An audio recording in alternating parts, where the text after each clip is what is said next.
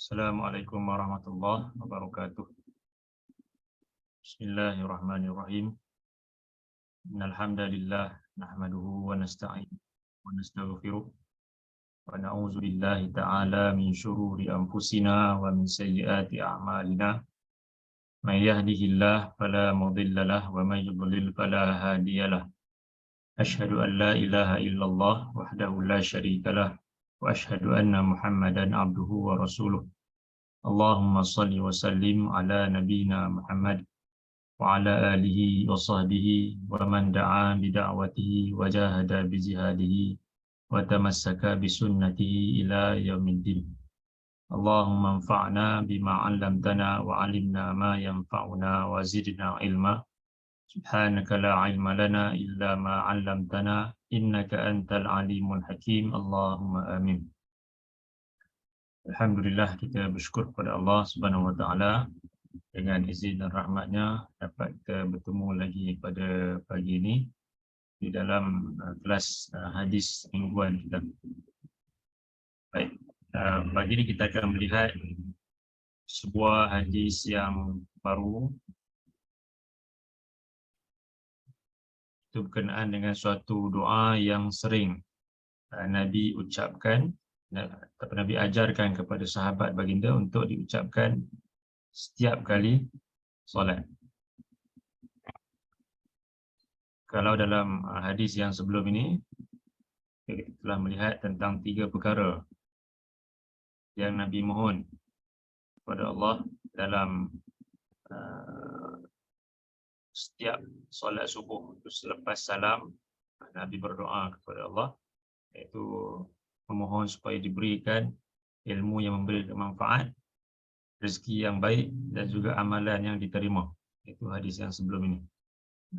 Pagi ini kita akan lihat sebuah hadis yang lain berkenaan dengan doa yang sentiasa Nabi ucapkan, Nabi pesan kepada sahabat untuk ucapkan dalam setiap akhir solat.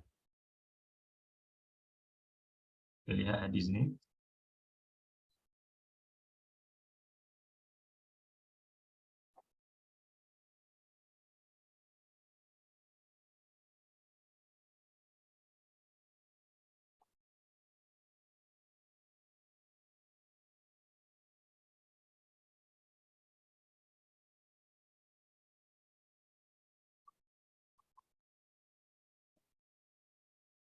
An Mu'adz bin Jabal anna Rasulullah sallallahu alaihi wasallam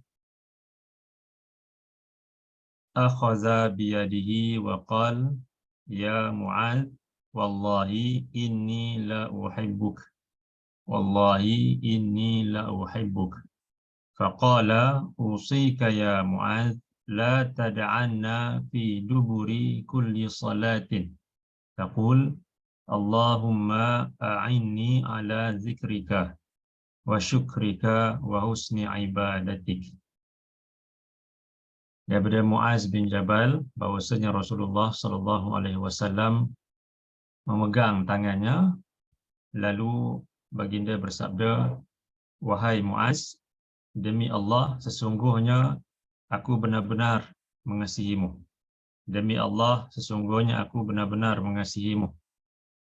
Lalu baginda bersabda, usika ya Mu'adz, aku memberikan wasiat kepadamu wahai Mu'adz, la tad'anna fi duburi kulli salatin. Janganlah sekali-kali engkau meninggalkan di akhir setiap daripada solat, taqul, sehingga engkau mengatakan, engkau mengucapkan, Allahumma a'inni ala zikrika wa syukrika wa husni ibadatik. Ya Allah, aku mohon kepadamu bantuan daripadamu untuk mengingatimu. Ataupun kita terjemahkan juga sebagai, ya Allah, bantulah aku untuk mengingatimu. Dan bantulah aku untuk syukrika, bersyukur kepadamu. wa husni ibadatik, dan bantulah aku untuk melakukan ibadah yang terbaik kepadamu. Jadi ini juga 3 perkara yang Nabi pesan kepada sahabat yang baginda kasihi, iaitu Muaz, supaya sentiasa berdoa dengan doa ini di hujung setiap daripada solat, fi duburi kulli solah. Duburi kulli solah ni merujuk kepada selepas daripada tahiyat akhir tu, baca salawat ke atas Nabi. Jadi sebelum memberi salam tu. Kalau hadis yang sebelum ini, juga 3 perkara yang Nabi mohon, itu dibaca selepas daripada memberi salam ketika solat subuh. Sama ada selepas salam terus baca, ataupun selepas salam zikir, istighfar dan juga zikir, dan kemudian mengucapkan doa tersebut. Hadis ni Nabi pesan kepada Muaz supaya mengucapkan di hujung solat. Ketika solat masih lagi belum diakhiri dengan salam tu, jadi sebelum tu diucapkan doa ni. Iaitu mohon supaya Allah memberikan bantuan supaya dapat kita mengingatinya, dan kemudian kita dapat bersyukur kepadanya dan dapat melakukan ibadah yang terbaik kepadanya. Jadi sebelum kita pergi kepada penjelasan tentang hadis ini, sedikit berkaitan dengan Muaz. Muaz bin Jabal merupakan seorang sahabat Ansar, kalangan sahabat Ansar daripada kabilah Aus, yang antara yang terawal memeluk Islam di Madinah. Dan Muaz memeluk Islam ketika disebutkan ketika berumur 18 tahun, usia yang muda.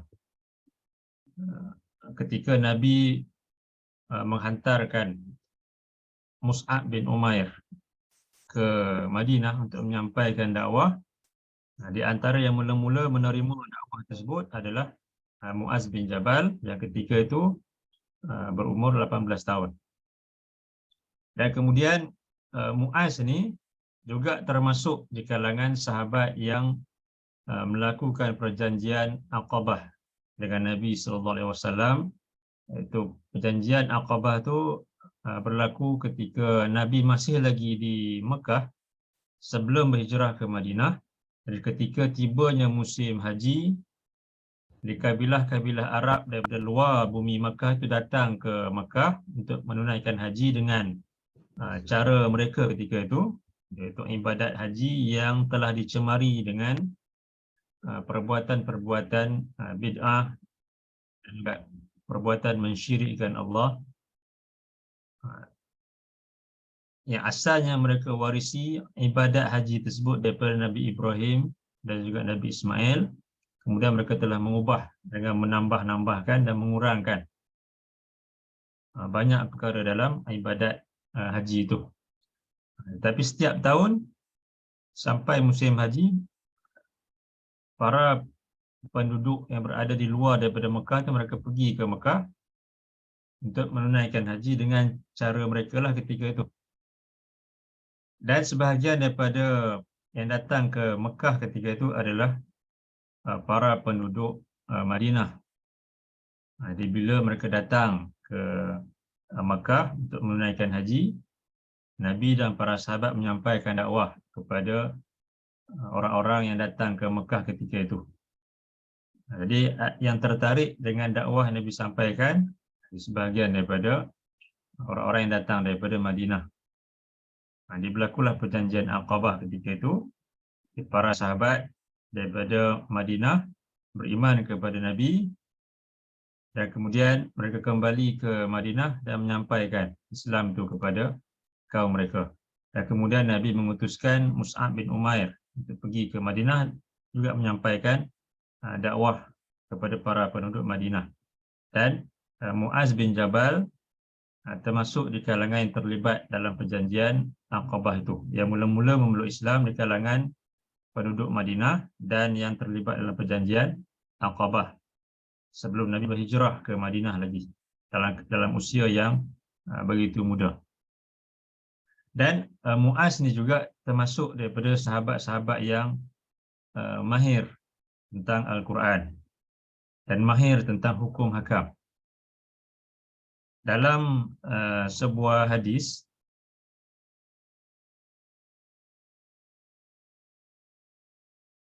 Nabi menerangkan tentang kelebihan yang ada pada Muaz ini.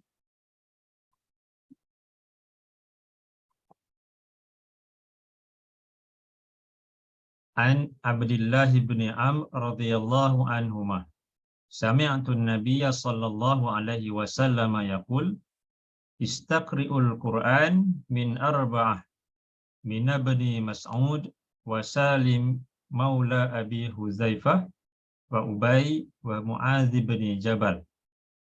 Daripada Abdullah bin Amr radhiyallahu anhuma, katanya aku mendengar Nabi SAW baginda bersabda, istaqri'ul Quran, pelajarilah Quran itu min arba'atin, daripada 4 orang ini. Jadi Nabi perakui 4 orang sahabat ini merupakan orang yang mahir dengan bacaan Quran dan juga mahir tentang isi kandungan Quran itu. Itu min ibni Mas'ud. Yang pertama daripada Ibnu Mas'ud. Wa Salimin maula Abi Huzaifah. Yang kedua Salim maula atau bekas hamba kepada Abi Huzaifah. Wa Ubay bin Ka'ab. Yang mana Ubay bin Ka'ab ini yang dilantik ketika zaman Khalifah Umar untuk mengetuai solat tarawih ketika bulan Ramadan tu, Ubay ini. Wa Mu'adz bin Jabal, dan Mu'adz bin Jabal. Itu sahabat yang meriwayatkan hadis yang kita baca pada pagi ini. Dan Mu'adz ni juga Nabi mengutuskan beliau ke Yaman untuk menyampaikan dakwah di sana dan juga menjadi orang yang mengutip zakat daripada sana, daripada bumi Yaman ketika Nabi masih hidup. Dan kemudian diteruskan selepas kewafatan Nabi, Abu Bakar dan juga Umar juga melantik Mu'adz bin Jabal ini sebagai salah seorang pemimpin di kalangan kaum muslimin. Jadi itu sedikit berkenaan dengan Mu'adz bin Jabal, seorang sahabat yang ketahui, dikenali namanya, dan juga seorang yang sangat-sangat Nabi sayang. Kalau kita lihat dalam hadis ni, Nabi menyebutkan, Mu'adz mengatakan, menceritakan, Nabi berkata kepada beliau, yang pertama kali Nabi memegang tangan beliau dan kemudian Nabi mengatakan, ya Mu'adz, wallahi inni la uhibbuk, wahai Mu'adz, wallahi demi Allah, sesungguhnya aku benar-benar sayangkan kamu, aku benar-benar mengasihi kamu. Lihat di sini bagaimana Nabi bersumpah dengan nama Allah, wallahi, bahawa baginda benar-benar menyayangi, mengasihi Mu'adz bin Jabal ini. Wallahi inni la uhibbu, dan 2 kali Nabi ulang kata-kata tersebut. Dan ini juga suatu sunnah Nabi SAW, iaitu menyampaikan rasa atau memberitahu kepada seseorang bahawa kita mengasihi dirinya kerana Allah. Seperti mana Nabi mengatakan kepada Mu'adz bahawa baginda benar-benar mengasihi Mu'adz. Berkenaan dengan perkara ini disebutkan dalam sebuah hadis yang lain tentang antara sunnah Nabi SAW adalah mengkhabarkan kepada orang yang dikasihi itu bahawa kita mengasihi dirinya kerana Allah.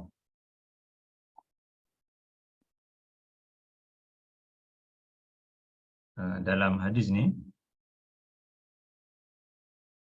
an Anas bin Malik anna rajulan kana 'inda an-nabiy sallallahu alaihi wasallam famarra bihi rajulun faqala ya Rasulullah inni la uhibbu hadha Faqala lahu an-nabiy sallallahu alaihi wasallam a'lamtahu? Qala la.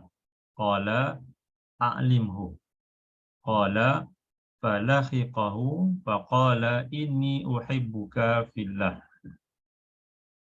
Faqala ahabbaka alladhi ahbabtani lahu. Daripada Anas bin Malik bahwasanya seorang lelaki, iaitu seorang sahabat Nabi sallallahu alaihi wasallam yang berada bersama-sama dengan Nabi ketika itu. Kemudian famarra bihi rajulun, lalu seorang lelaki di hadapan mereka.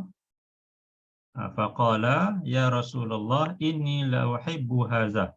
Lalu lelaki ataupun sahabat yang bersama dengan Nabi itu mengatakan kepada baginda, wahai Rasulullah, sesungguhnya aku benar-benar kasihkan, sayangkan orang ini. Faqala lahu Nabi sallallahu alaihi wasallam, lalu Nabi sallallahu alaihi wasallam baginda bersabda, "A'lam tahu, apakah dia mengetahui bahawa engkau mengasihinya?"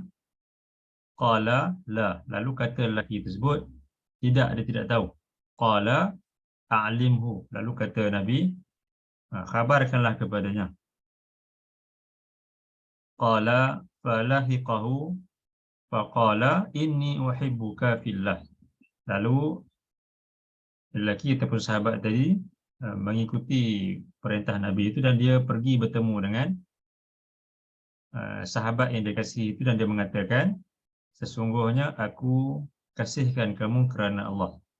Faqala, lalu jawab sahabatnya itu, ahabbaka allazi ahbabtani lahu.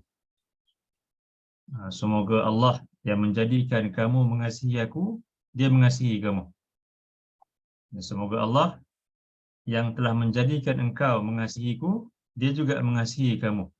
Kerana kasihmu kepadaku kerana Allah itu. Jadi ini juga suatu sunnah Nabi sallallahu alaihi wasallam untuk kita mengucapkan kepada seorang yang kita kasihi, inni uhibbuka fillah. Sesungguhnya aku sayangkan kamu, kasihkan kamu kerana Allah. Dan kemudian jawapan dia, ahabbakal ladzi ahbabtani lahu. Ahabbakal ladzi ahbabtani lahu. Semoga Allah yang menjadikan kamu mengasihiku, dia juga kasihkan kamu.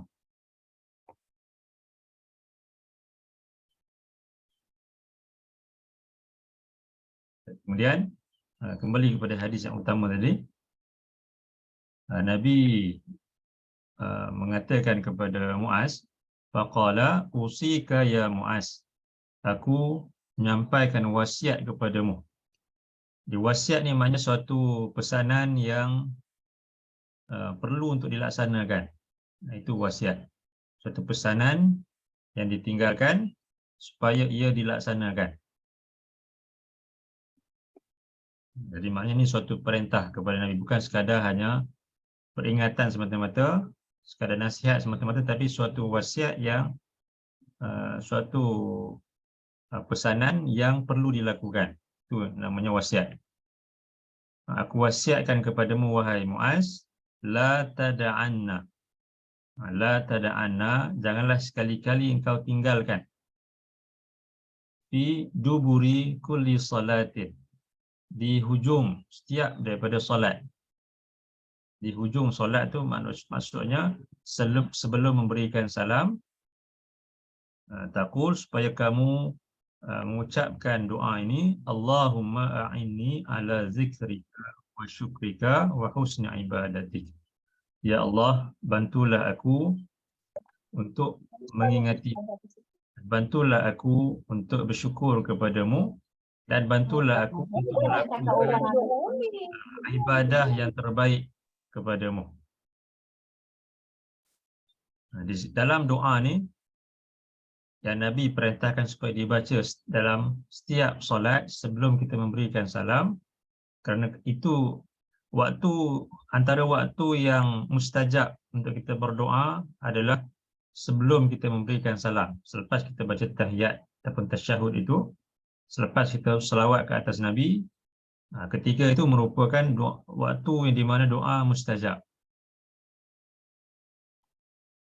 Nabi menerangkan tentang perkara itu dalam sebuah hadis tentang mustajabnya waktu tersebut. Dalam hadis ini,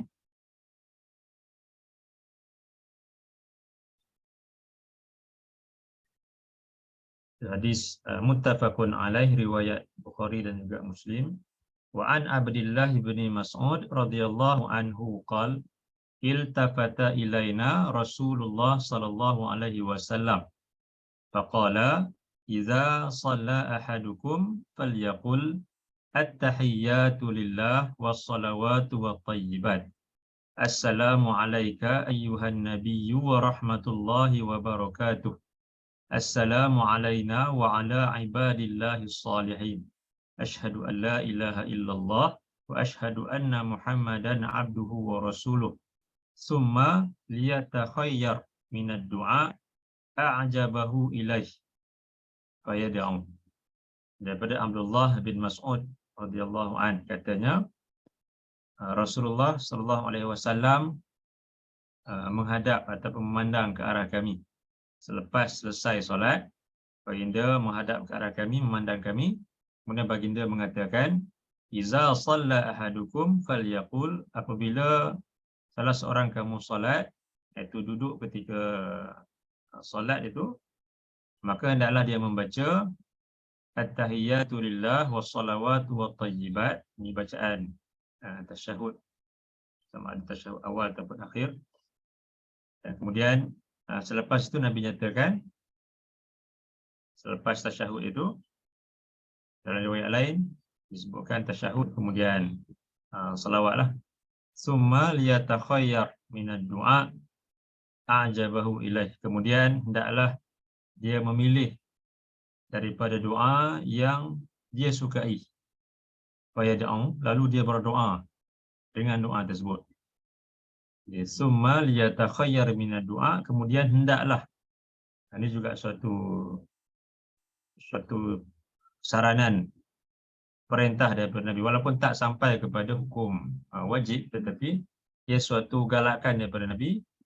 Hendaklah dia berdoa, hendaklah dia memilih doa yang dia sukai, lalu dia berdoa dengannya ketika itu. Itu sebelum memberikan salam. Dan doa yang Nabi ajarkan kepada Muaz, doa yang tadi, Allahumma a'inni ala zikrika wa syukrika wa husni ibadatik.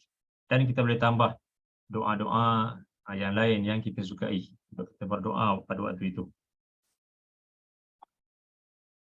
Dalam doanya Nabi mulakan dengan Allahumma a'inni, ya Allah bantulah aku. Ya Allah, Allahumma a'inni, ya Allah bantulah aku. Jadi kenapa Nabi sebutkan kita minta Allah bantu kita untuk kita mengingatinya? Kerana kalau kita lihat dalam Quran, Allah menyebutkan bahawasanya manusia itu merupakan suatu makhluk yang lemah dan banyak kekurangan pada diri mereka. Jadi sebagai suatu makhluk yang lemah dan banyak kekurangan, maka tentulah kita memerlukan pertolongan, bantuan, khususnya daripada Allah. Dan kita sebagai seorang manusia ni, dalam hidup kita, kita memang sentiasa perlukan bantuan. Sama ada daripada orang-orang di sekeliling kita, ataupun lebih penting lagi, kita memang sangat-sangat memerlukan bantuan daripada Allah. Kalau kita lihat dalam surah 4 ayat 28,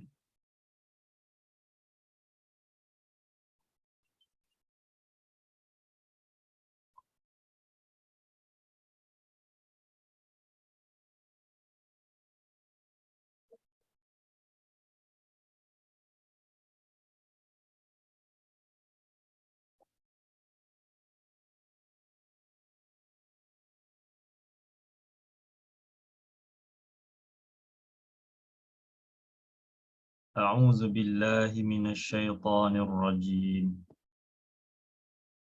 Yuridullahu an yukhaffifa ankum wa khuliqal insanu dha'ifa. Yuridullahu an yukhaffifa ankum. Allah dia menghendaki untuk dia memberikan keringanan kepada kamu. Wa khuliqal insanu dha'ifa. Dan manusia itu telah diciptakan dalam keadaan lemah, penuh dengan kelemahan dan juga kekurangan. Itu memang sifat yang ada pada manusia, dipenuhi dengan kekurangan dan juga kelemahan. Dalam ayat lain, dalam surah 2 ayat 286,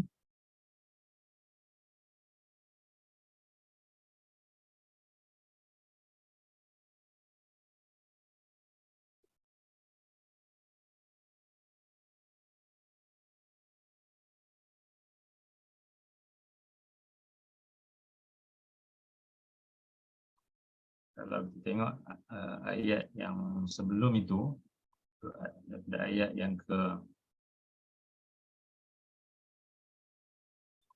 284.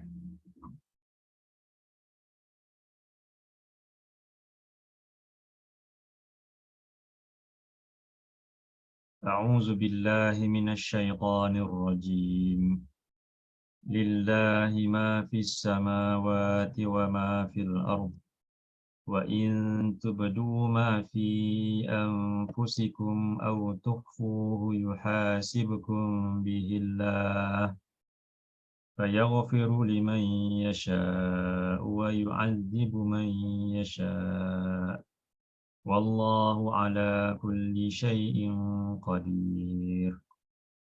آمن الرسول بما أنزل إليه من ربه والمؤمنون كل آمن بالله وملائكته وكتبه ورسله لا نفرق بين أحد من رسله فقالوا سمعنا وأطعنا غفرانك ربنا وإليك المصير.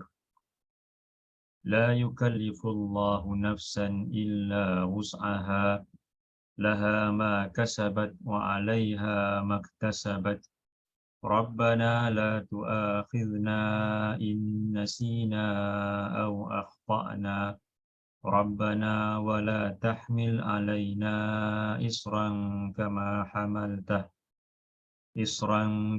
حملته على الذين من قبلنا ربنا ولا تحملنا ما لا طاقة لنا به واعف عنا واغفر لنا وارحمنا أنت مولانا فانصرنا على القوم الكافرين.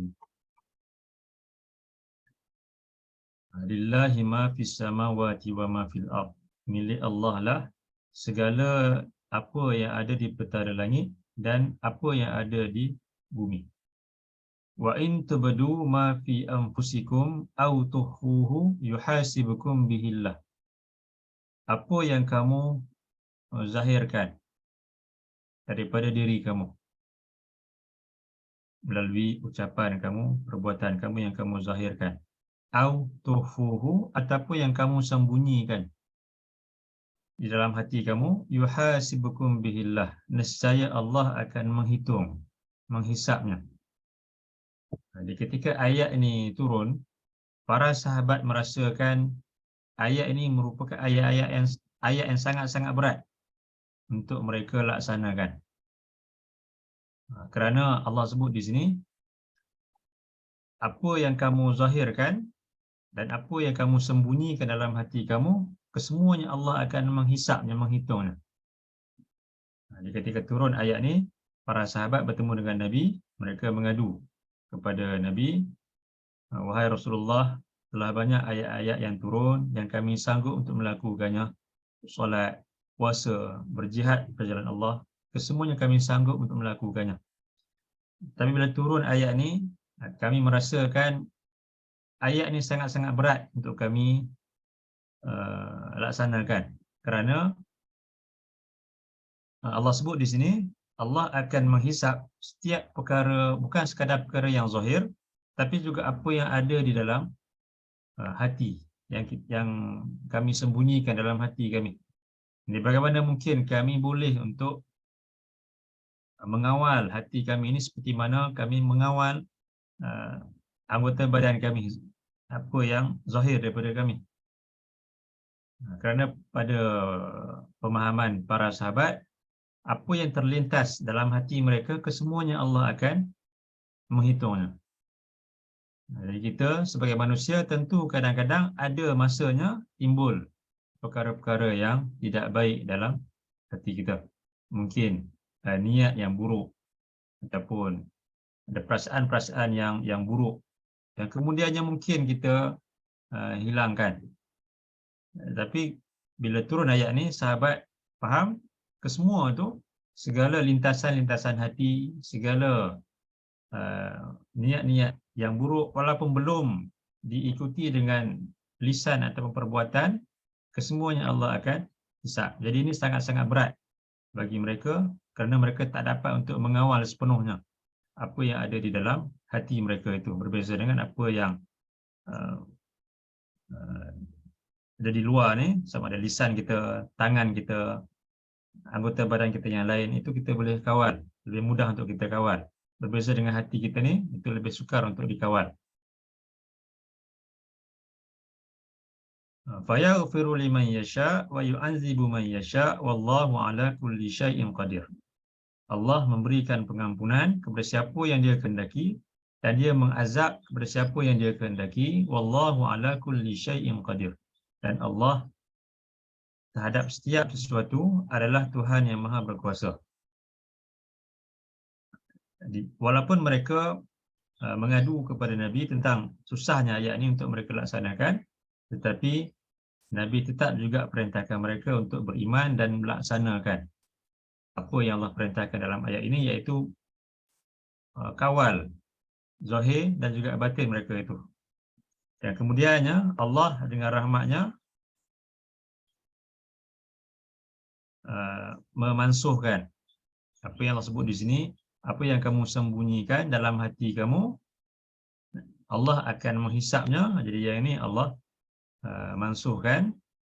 Segala apa yang timbul dalam hati seorang itu, kalau suatu niat yang baik, maka akan ditulis sebagai suatu kebaikan. Dalam sebuah hadis yang agak panjang, Nabi sebutkan, sesiapa yang berniat untuk melakukan suatu kebaikan, maka akan ditulis baginya satu kebaikan. Dan bila dia lakukan, akan digandakan menjadi 10 kali ganda, sehinggalah kepada 700 kali ganda. Tapi siapa yang berniat untuk melakukan suatu perkara yang buruk, belum lagi ditulis sebagai suatu keburukan, kemudian apabila dia melaksanakannya, melakukannya, maka barulah akan ditulis dengan suatu keburukan. Jadi itu rahmat Allah kepada kita. Allah turunkan ayat ini untuk menguji para sahabat dan mereka tetap berusaha bersungguh-sungguh untuk mentaati Allah, melaksanakan ayat ini, dan kemudian Allah dengan rahmatnya memberikan keringanan kepada mereka. Jadi apa yang ada di dalam hati takkan ditulis sebagai suatu keburukan, suatu niat yang buruk itu takkan ditulis sebagai suatu keburukan, sehinggalah ia diikuti dengan lisan ataupun perbuatan, barulah akan ditulis sebagai suatu keburukan.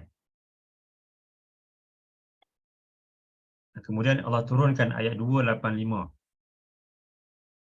Allah nyatakan, amanar rasulu bima unzila ilaihi min rabbihi wal mu'minun.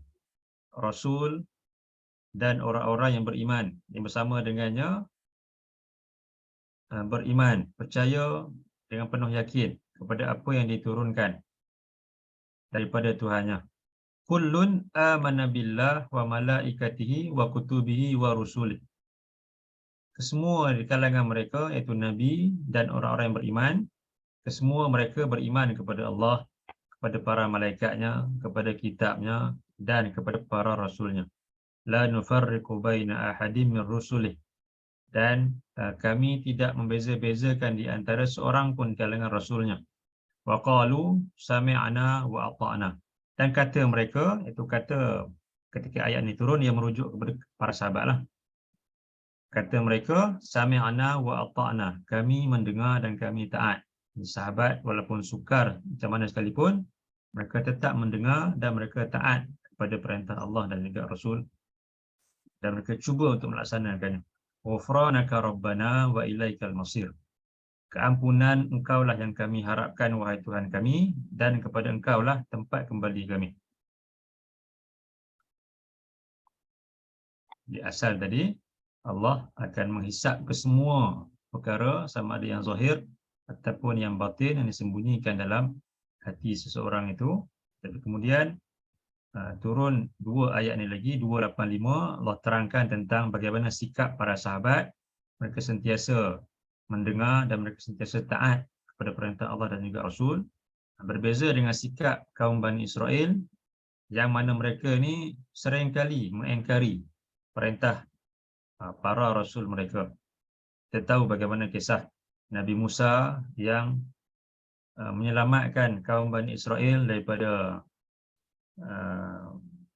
Fir'aun, dan ketika Nabi Musa perintahkan supaya mereka masuk ke Baitul Muqaddis, yang ketika itu adanya suatu kaum yang mensyirikkan Allah, mereka enggan masuk dan mereka sanggup mengucapkan, wahai Musa, pergilah engkau masuk ke sana, berperang dengan mereka.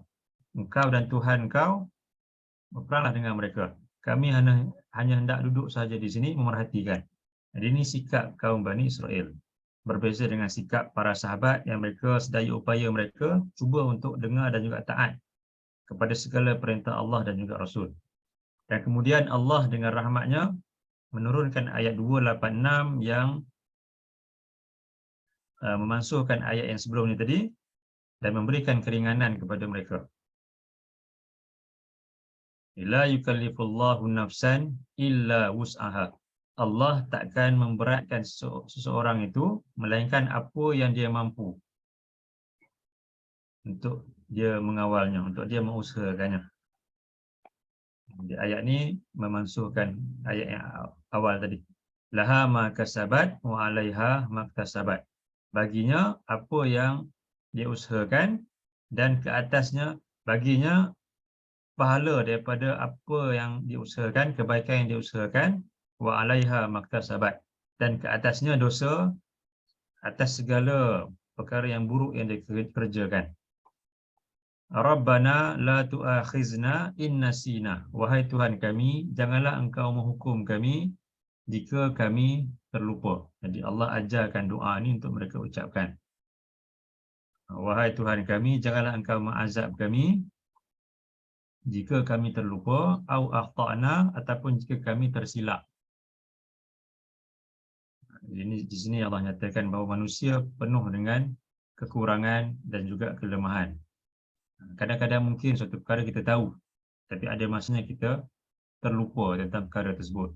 Ataupun suatu benda yang kita tahu dan kita nak lakukan dengan betul, tapi kemudian kita tersilap dalam melakukannya. Itu akhtana di sini.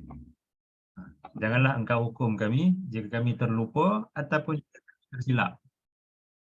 Rabbana la wala tahmil alaina isran. Wahai Tuhan kami, janganlah engkau bebankan ke atas kami isran, suatu bebanan, kama hamaltahu 'alal ladzina min qablina, seperti mana engkau bebankan ke atas orang-orang yang sebelum daripada kami. Rabbana wala tuhammilna ma la taqata lana bih. Wahai Tuhan kami, janganlah engkau bebankan kami apa yang kami tak mampu untuk melakukannya. Jadi kalau kita bandingkan perintah Allah ke atas kaum Bani Israel dengan perintah Allah ke atas Nabi dan juga umat akhir zaman ni, lebih mudah dibandingkan dengan perintah Allah kepada umat-umat yang terdahulu. Segala syariat yang ada dalam agama kita pada hari ini, jika dibandingkan dengan syariat dalam risalah Nabi dan Rasul yang terdahulu, yang kita ni lebih mudah Allah berikan keringanan kepada kita. Walaupun dari segi umur, umur kita mungkin pendek dibandingkan dengan umat yang terdahulu, tapi Allah berikan kelebihan dari segi keringanan dalam syariat. Dan kemudian dalam setiap kebaikan yang kita laksanakan, Allah melipat gandakan. Dan Allah memberikan suatu malam, iaitu Lailatul Qadar, kepada umat akhir zaman. Itu antara kelebihan yang Allah berikan kepada umat Nabi SAW. Jadi Rabbana wa la tuhammilna ma la taqata lana bih, wahai Tuhan kami, janganlah engkau bebankan kami apa yang kami tidak mampu untuk melakukannya. Wa'fu anna waghfir lana warhamna. Ampunkanlah kami dan maafkanlah kami dan ampunkanlah kami dan berikanlah rahmat kepada kami. Anta maulana fansurna 'alal qaumil kafirin. Engkaulah pelindung kami, maka berikanlah pertolongan kepada kami untuk menghadapi golongan yang kafir, yang engkar itu. Jadi di sini 3 ayat ini merupakan suatu ayat yang turun kepada para sahabat Nabi yang terdahulu, dan kemudian ia juga menjadi suatu peringatan buat kita yang datang kemudian ni tentang bagaimana sikap para sahabat yang sangat-sangat taat kepada Allah dan juga Rasul, dan bagaimana Allah memberikan keringanan kepada kita semua disebabkan sikap para sahabat itu. Mereka sanggup untuk taat kepada perintah yang berat itu asalnya, kemudian Allah berikan keringanan kepada mereka. Berbeza dengan kaum Bani Israel. Kalau kita lihat bagaimana kisah Allah perintahkan kaum Bani Israel untuk menyembelih seekor lembu betina. Asal perintah itu mudah, tapi disebabkan keengganan mereka dan mereka mempersoalkan perintah tersebut, bertanya dengan soalan-soalan yang dengan tujuan untuk tak nak melaksanakan perintah tersebut, maka kemudian Allah bebankan mereka dengan bebanan yang berat. Kalaulah ketika perintah Allah yang pertama itu turun, antazbahu baqarah, untuk sembelih seekor lembu betina, kisah itu disebutkan dalam surah Al-Baqarah. Asalnya mudah, cari seekor lembu betina kemudian sembelih. Itu je perintah yang pertama. Kemudian mereka bertanya dengan soalan-soalan yang tak sepatutnya mereka tanya, dengan tujuan enggan melaksanakan perintah tersebut. Jadi mereka tanya lebih detail. Jadi Nabi Musa berdoa kepada Allah, Allah turunkan wahyu. Jadi lembu yang asalnya tadi seekor lembu betina saja, dah jadi seekor lembu betina yang umurnya tidak muda, tidak tua. Kemudian warnanya itu warna yang cantik, kuning yang cantik, kuning keemasan, yang tak ada sebarang tumpuk padanya. Dan kemudian lembu betina yang tak pernah digunakan untuk membajak sawah dan mengairi tanaman. Itu sikap kaum Bani Israel. Mereka enggan melaksanakan perintah Allah, walaupun asalnya perintah yang mudah ke atas mereka. Berbeza dengan sikap para sahabat Nabi, walaupun perintah itu memang sukar, tapi mereka berusaha sedaya upaya mereka untuk melaksanakannya. Dan kemudian Allah berikan keringanan kepada mereka. Sebab itu, kalau kita lihat dalam surah Al-Fatihah, kita selalu mengucapkan ataupun kita membaca doa ini ataupun ayat ini. Surah Al-Fatihah ayat yang ke-5. Iyyaka na'budu wa iyyaka nasta'in. Hanya kepada Engkau kami mengabdikan diri dan hanya kepada Engkau kami memohon pertolongan. Nasta'inu. Dalam hadis ini disebutkan Allahumma a'inni. Ya Allah, aku mohon tolongan kepadamu, membantulah aku. Dalam surah Al-Fatihah ini disebutkan wa iyyaka nasta'in. Hanya kepada Engkau kami memohon pertolongan. Kerana kita ni sebagai seorang manusia, suatu makhluk yang penuh dengan kelemahan dan kekurangan, maka kita sentiasa memerlukan pertolongan, khususnya pertolongan daripada Allah itu. Dan pertolongan yang paling kita perlukan adalah supaya Allah memberikan hidayah kepada kita. Ihdinas siratal mustaqim. tunjukilah oleh Engkau kepada kami jalan yang lurus. Berikanlah hidayah kepada kami, sama ada hidayah bayan, keterangan kepada kami, ataupun hidayah taufik kepada kami, bimbingan, supaya kami dapat sentiasa berada di atas jalan yang lurus ni. Dalam surah yang lain, kalau kita tengok dalam surah 2 ayat 45.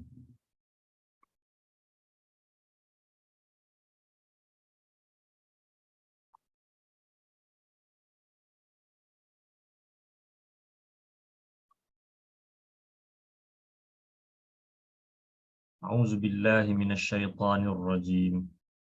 Wasta'inu bis-sabri was-salah wa innaha lakabiratun illa 'alal khashi'in. Wasta'inu bis-sabri was-salah. Dan mohonlah pertolongan olehmu kepada Allah melalui sabar dan solat. Wa innaha lakabiratun illa 'alal khashi'in. Dan sesungguhnya ia solat itu lakabiratun, benar-benar suatu perkara yang berat, illa 'alal khashi'in, melainkan ke atas orang-orang yang khusyuk. Jadi di sini mengandungi perintah Allah ke atas kita supaya kita sentiasa memohon pertolongan daripada Allah melalui sifat sabar dan juga melalui solat. Sabar itu penting kerana dalam kita nak melaksanakan ketaatan kepada Allah itu perlu kepada kesabaran. Begitu juga dalam kita nak meninggalkan segala larangan daripada Allah juga perlu kepada kesabaran. Dan kemudian dalam kita menghadapi segala ujian atau musibah juga perlu kepada kesabaran. Dan kemudian Allah sebutkan di sini mohon pertolongan melalui sabar, sifat sabar, dan juga melalui solat. Kerana solat itu sendiri merupakan suatu doa. Solat dari segi bahasa itu bermakna doa. Kalau kita perhatikan bacaan-bacaan dalam solat kita, semuanya merupakan suatu bentuk doa kita kepada Allah. Dalam surah Al-Fatihah contohnya, suatu surah yang Allah wajibkan untuk kita baca, itu suatu doa kita kepada Allah supaya Allah berikan perkara yang paling kita perlukan, iaitu memberikan hidayah kepada kita. Dan kemudian dalam solat juga Nabi sebutkan waktu-waktu yang mustajab untuk kita berdoa kepada Allah. Contohnya tadi, sebelum salam.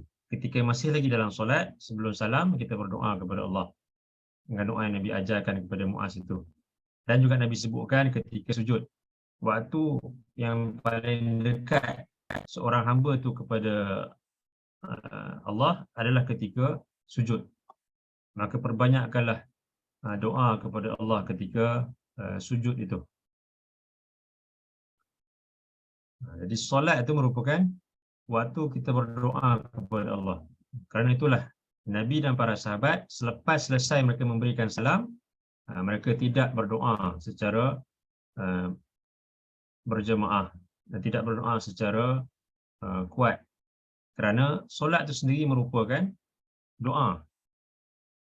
Ketika solat itulah mereka berdoa kepada Allah melalui bacaan-bacaan yang telah Allah dan Nabi ajarkan, dan melalui doa-doa yang boleh kita mohon sendiri, sama ada ketika sujud, begitu juga ketika sebelum memberikan salam daripada solat itu.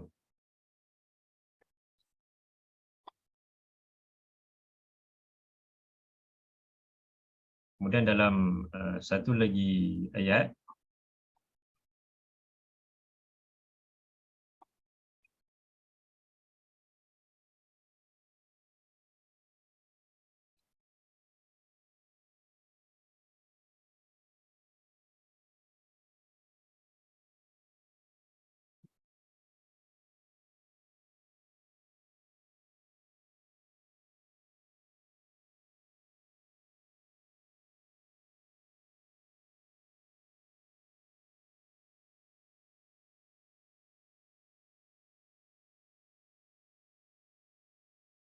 dalam surah yang sama, surah 2 ayat 153.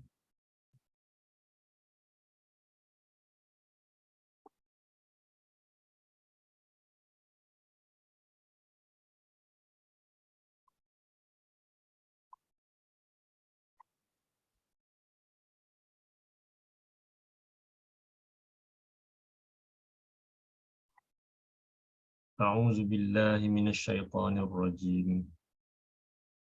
Ya ayyuhalladzina amanu ista'inu bis-sabri was-salah.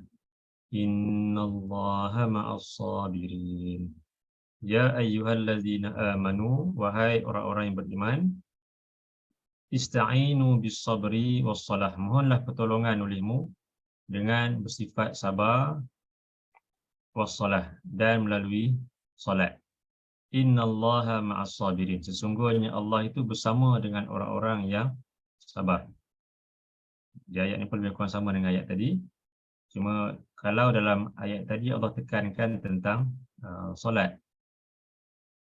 Mohonlah pertolongan olehmu dengan sabar dan solat, dan sesungguhnya solat itu benar-benar adalah berat melainkan ke atas orang-orang yang khusyuk. Yang Allah sebutkan mohon pertolongan melalui sabar dan juga solat, dan Allah tekankan tentang solat di sini. Kemudian dalam satu lagi ayat ni, 153 ni, Allah sebutkan juga tentang perkara yang sama, iaitu mohon pertolongan kepada Allah melalui sifat sabar dan juga solat, dan kemudian Allah tekankan tentang sabar tu. Innallaha ma'as sabirin. Sesungguhnya Allah bersama dengan orang-orang yang sabar. Itu yang Nabi ucapkan dalam hadis yang kita lihat tadi. Allahumma ta'inni, ya Allah, aku memohon pertolongan kepadamu. Kerana kita sebagai manusia, suatu makhluk yang penuh dengan kekurangan dan kelemahan. Tanpa pertolongan, bantuan daripada Allah, maka kita pun tak mampu untuk melaksanakan segala perintah Allah, segala perintah Rasul itu. Dan tanpa pertolongan daripada Allah, mungkin kita akan terpengaruh dengan godaan hawa nafsu kita, dan akan terpengaruh dengan hasutan daripada syaitan. Kerana manusia ni bukan sekadar menghadapi ancaman ataupun godaan daripada luaran saja, tapi juga daripada dalaman diri manusia itu sendiri. Berluar dan dalam. Di manusia digoda dan juga dihasut, dipengaruhi. Jadi tanpa bantuan daripada Allah, maka tentulah manusia akan hanyut, akan jauh daripada kebenaran. Tapi sebaliknya, jika manusia sentiasa mengharapkan pertolongan daripada Allah, sentiasa berdoa kepadanya, sentiasa meminta pertolongan daripadanya, jadi dengan pertolongan daripada Allah itulah yang akan dapat untuk menjadikan manusia itu sentiasa berada di atas kebenaran, sentiasa dapat berusaha untuk melaksanakan ketaatan kepadanya. Kerana Allah dengan kehendaknya, dia boleh untuk memberikan hidayah kepada siapa yang dia kehendaki, dan dia boleh untuk membiarkan siapa yang dia kehendaki untuk berterusan berada di dalam kesesatan itu. Jadi sebab itulah manusia perlu sentiasa berdoa, memohon kepada Allah supaya Allah memberikan bantuan kepada dirinya.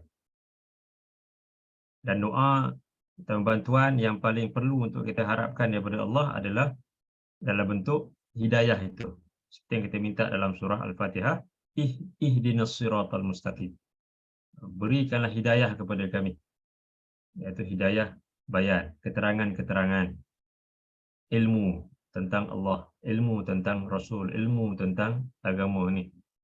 Kemudian hidayah taufik, iaitu bimbingan. Sudah datangnya ilmu kepada kita, kita juga mohon supaya Allah berikan juga hidayah taufik kepada kita, iaitu dengan ilmu tersebut kita diberikan bantuan untuk melaksanakan ketaatan kepada Allah, untuk melaksanakan segala perintah Allah itu.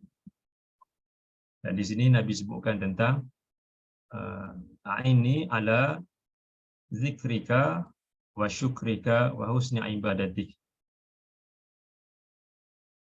Zikrika. Zikri ini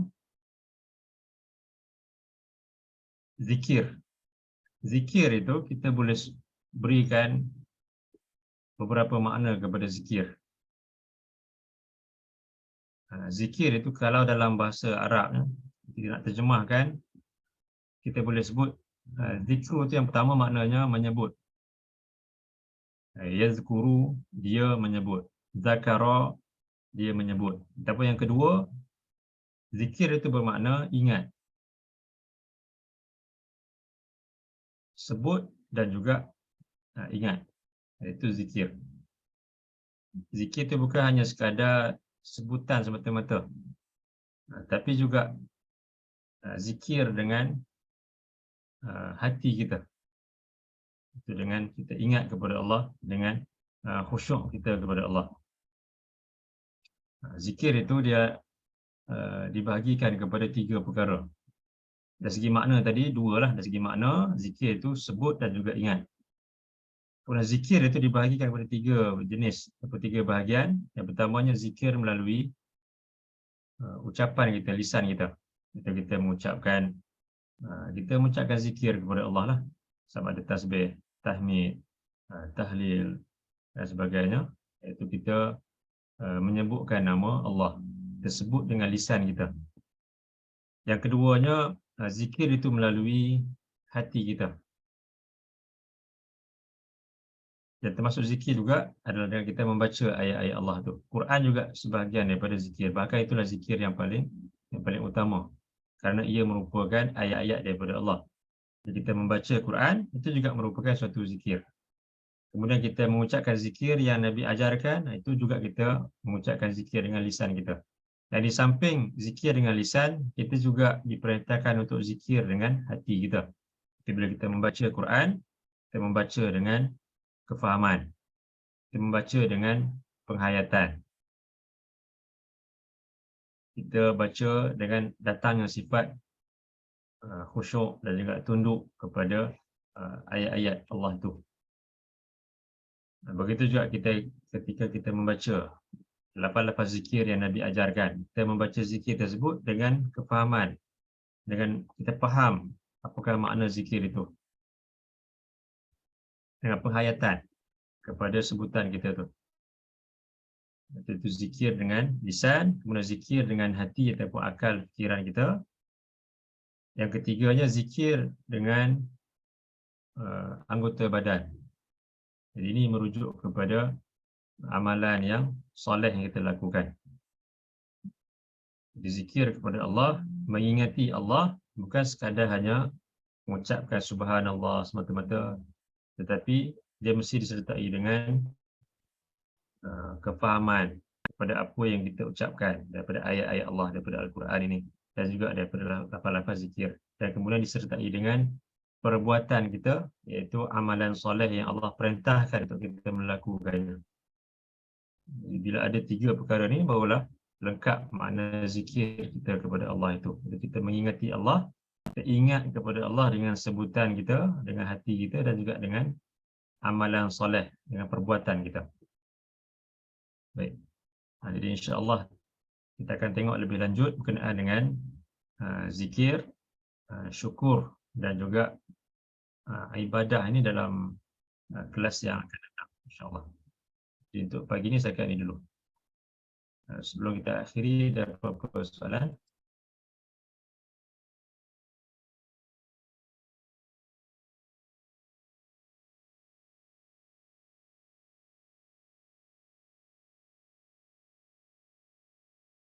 Okay.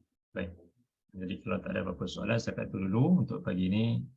Mudah-mudahan dapat kita ambil manfaat daripada hadis ini dan dapat kita amalkan doa ini untuk kita baca dalam setiap solat kita, itu sebelum sebelum kita memberi salam. Ketika tahiyat akhir, sudah tasyahud, sesudah selawat. Jadi ini doa yang patut kita baca. Dan kemudian juga kita boleh tambah dengan doa-doa yang kita inginkan dan kemudian memberikan salam.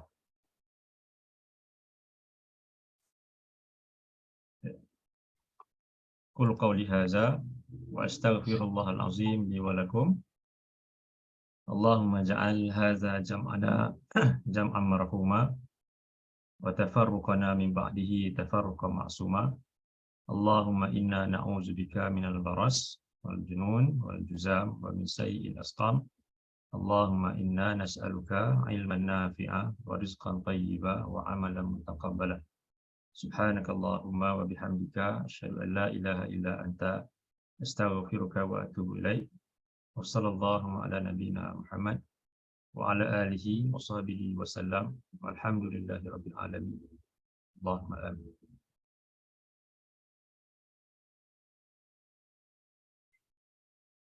Ada soalan lepas solat bahasa apa untuk kita ucapkan? Baik, ketika solat tu doa yang tak ada khilaf ni doa dalam bahasa Arab lah. Semua ulama bersepakat dalam solat kita tu bila kita berdoa, lafaz tu kalau diucapkan dalam bahasa Arab maka ia memang sah lah. Cuma bila lafaz tu bukan dalam bahasa Arab maka dia ada khilaf di kalangan para ulama. Dia ramai yang mengatakan doa tu mesti dalam bahasa Arab. Cuma sebahagian lagi mengatakan doa ni dia Allah berikan keluasan dalam doa.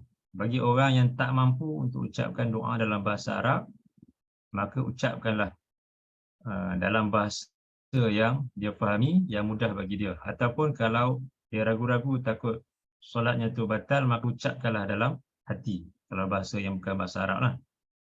Cuma ada sebahagian ulama yang kata doa tu walau dalam bahasa yang lain pun boleh. Walaupun ketika di dalam solat bagi orang yang dia tak tahu bahasa Arab untuk doa dia diucapkan tersebut. Untuk keluar daripada khilaf tu lebih baik kita mengucapkan doa dalam bahasa Arab jika kita mampu, ataupun kalau yang kita tak mampu kita ucapkan dalam hati kita lah. Kalau dalam bahasa Melayu contohnya cukup sekadar dalam hati kita. Baik.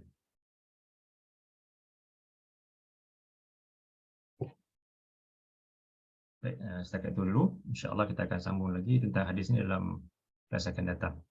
Assalamualaikum warahmatullahi wabarakatuh. Waalaikumsalam warahmatullahi wabarakatuh. Jazakallah khairan Ustaz. Iya.